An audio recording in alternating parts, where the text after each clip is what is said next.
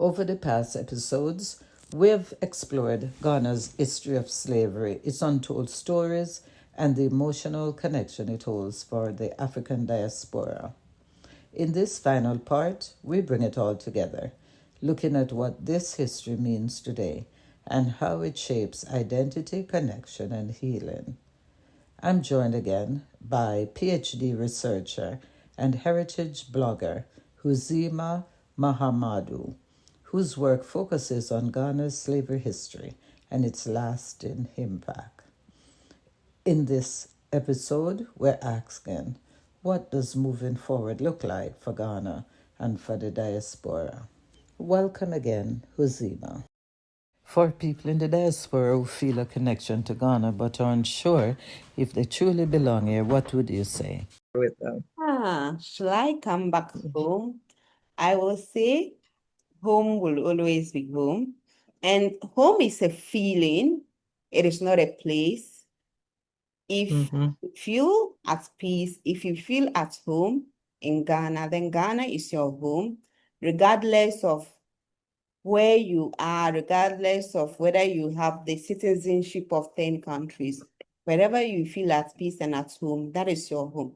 And if it's what you feel in Ghana, then you are welcome home always. And beyond that sense of belonging, what practical advice would you give to those in the diaspora who are seriously thinking about returning to Ghana? So for those in the diaspora who wants to come to Africa or Ghana, all I have to say is that I think if you have the courage, the will, and commitment to come back home, you are welcome back home. I think it is a big decision and a necessary one at that. And so it is the right call to make. So I will say welcome. Secondly, speak to those who have been there. I know there are a lot of diaspora networks. It's always good to speak to people who has the experience of being to certain places. They are the best people to guide you. They will share their experiences with you, both the good and the bad, so that you learn how to navigate these situations before your arrival. The third thing is definitely when you come back, it is homecoming, and that is where the difference are. It is not like you are visiting a place. In your heart, you are coming home. And so you expect a certain reception, a certain connection, a certain feeling. And so when it comes to the feeling of peace, the feeling at home, you are the only person who can define that, whether you actually feel at peace or you actually feel at home. But when it comes to your interactions with local Ghanaians, it depends on a lot of circumstances, whether when people see you on the road as a diaspora, they wouldn't know you are not Ghanaian. But then when you speak your accent, they may know whether where you are coming from. Maybe you are coming from elsewhere and not Ghana, or when they interact with you and you tell them.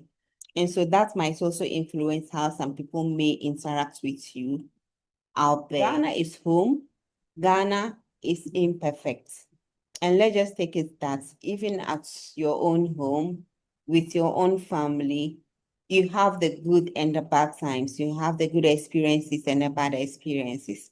So have that at the back of your mind whilst you are coming back home. Know that when it comes to home, it is a mixture of experiences. So be open-minded about that experiences.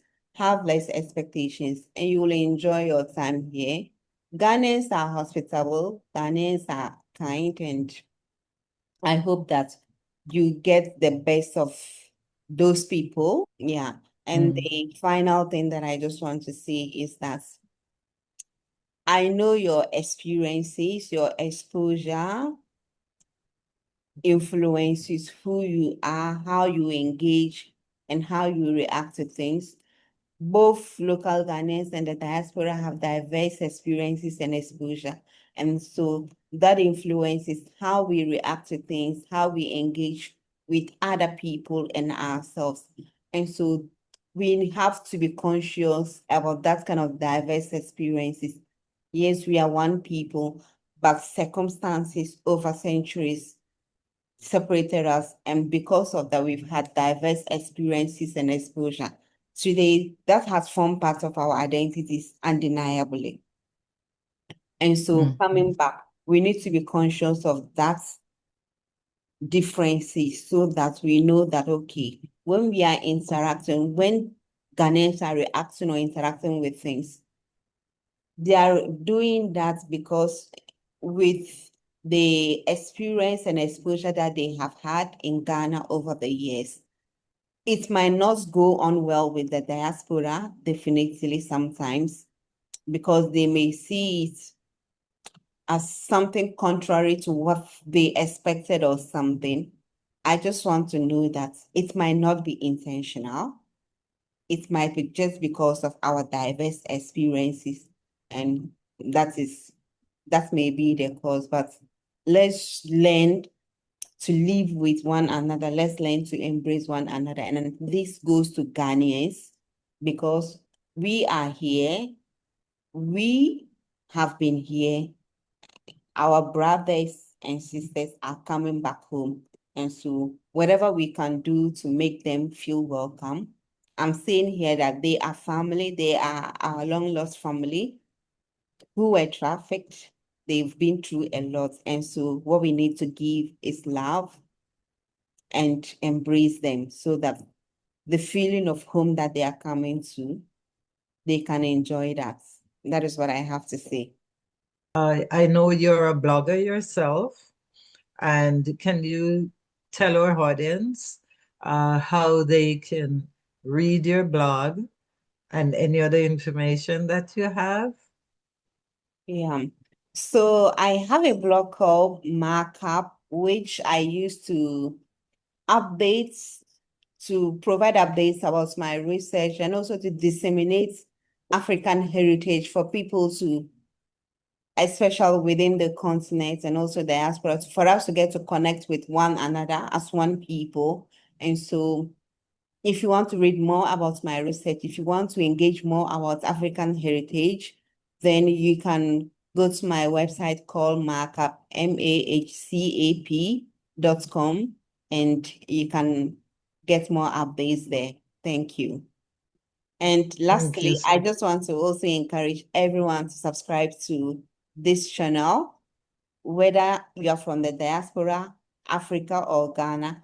This is where we can connect with one another and have honest conversations as to what we need to do as people of African descent, regardless of where we are in the globe. What conversations do we need to have? How do we move forward as one people? And I think it is necessary. Thank you. Thank you.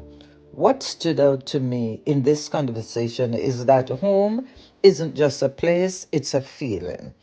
And for many in the diaspora, Ghana may be a place where that feeling begins. But as we've heard, returning is also a real decision, one that takes courage, commitment, and an open mind. I want to say a special thank you to Huzeima Mahamadu for sharing her knowledge and perspective with us. Whether you're simply curious or seriously considering the journey, the connection between Ghana and the diaspora continues to grow, one story at a time. If this story resonated with you, pass it on and share your thoughts below. What does home mean to you? This is PS We're Exploring, and the journey continues.